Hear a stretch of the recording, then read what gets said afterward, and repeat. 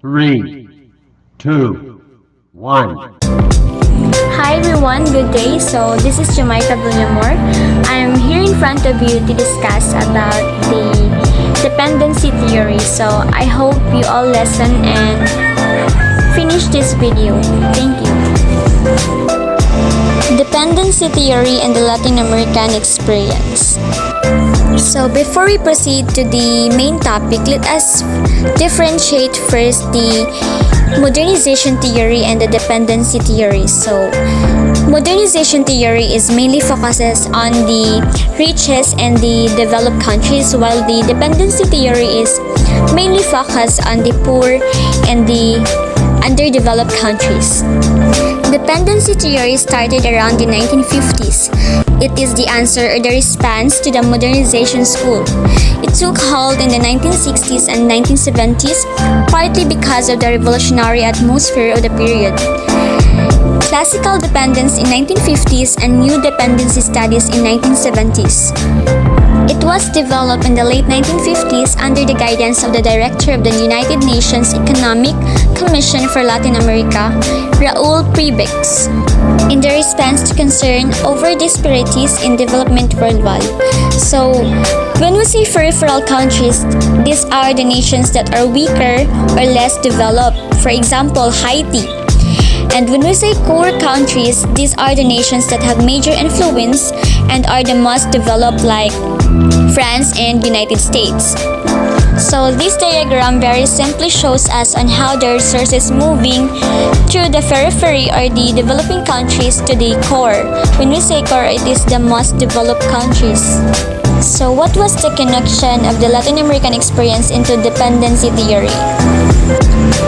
Dependency theory argues that underdevelopment as experienced in Latin America and elsewhere is the direct result of capital intervention. So the Latin American experienced the underdevelopment, which means unequal distributions of income and wealth.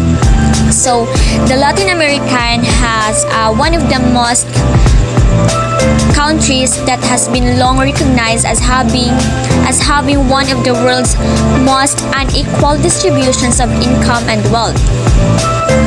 So the Latin American experience argues that democratic stability requires policies that limits the society's degree of substantive economic and social inequality. According to Sanchez in 2014, he says that the Latin American scholars are critical. So the Latin American scholars daw is critical. And now the question is, what does dependency theory means?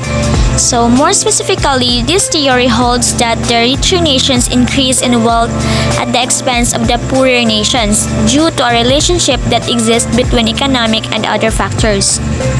Initially, Prebex, as the director of the United Nations ICLA or Economic Commissions for Latin America, was concerned about the fact that industrialized countries were achieving economic growth yet without contributing to growth to poor countries. Instead, according to his studies, the economic activity in the industrialized countries caused a wide range of economic problems in the poorer nations. So after the Second World War, why are many countries in the world is not developed? It's because these countries are not pursuing the right economic policy, or their governments are authoritarian or corrupt. So it's because not pursuing the right economic policy and equal distributions of income and wealth. That's why there are so many countries that is not developed yet. So in short, dependency theory attempts to explain the present underdeveloped state of many nations in the world by examining the patterns of interactions among nations and by arguing that inequality among nations is an intrinsic part of these interactions. So here are the key ideas in dependency theory.